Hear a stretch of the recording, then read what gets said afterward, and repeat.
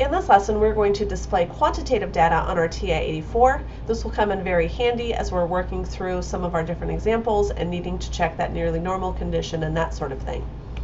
So displaying quantitative data, this is some data for small, mid, and large size cars and their safety ratings. So I do have this in an Excel format, so you can certainly add it to your calculators, but I have added it to my calculator in L1, L2, and L3. Again, if you're adding it by hand, you would go to Stat and then Edit, but as you can see, all of that data is already there in my calculator. The next thing I'm going to do is I'm going to go to Second and Y equals, which is of course stat plot. Now as you can see, I've got several plots that I can turn on here, and right now I have stat plot 2 turned on.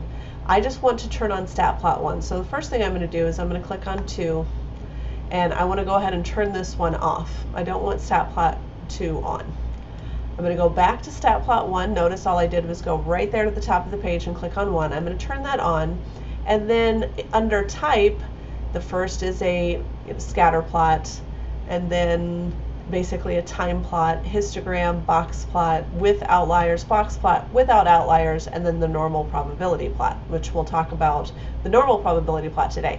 But to make a histogram, obviously I'm going to choose the histogram, and I'm going to choose whichever list I want to make a histogram of. So in this case, list 1. There's no frequency data, so the frequency of each value is 1. You would only use that if you have two columns where 1 is the value and the second is the frequency. On mine, I get to choose a color. I don't care what color you choose.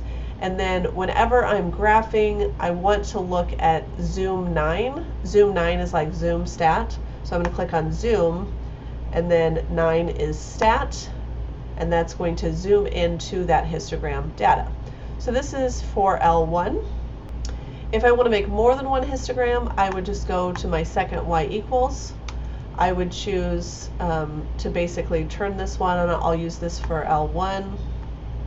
I would go to plot 2 and also turn that on as a histogram for L2. And then I would choose plot 3 and L3.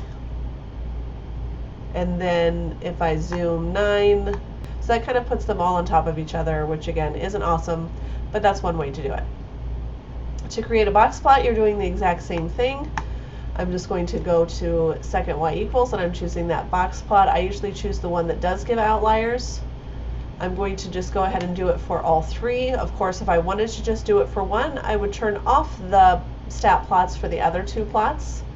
But because I want all 3, I'm going to just change each graph type, and then again I'm going to zoom 9. And here you can see I've got the 3. Blue has got a couple of outliers, gray does not, black does not. But now it's easy looking at that data for us to make some decisions about our data.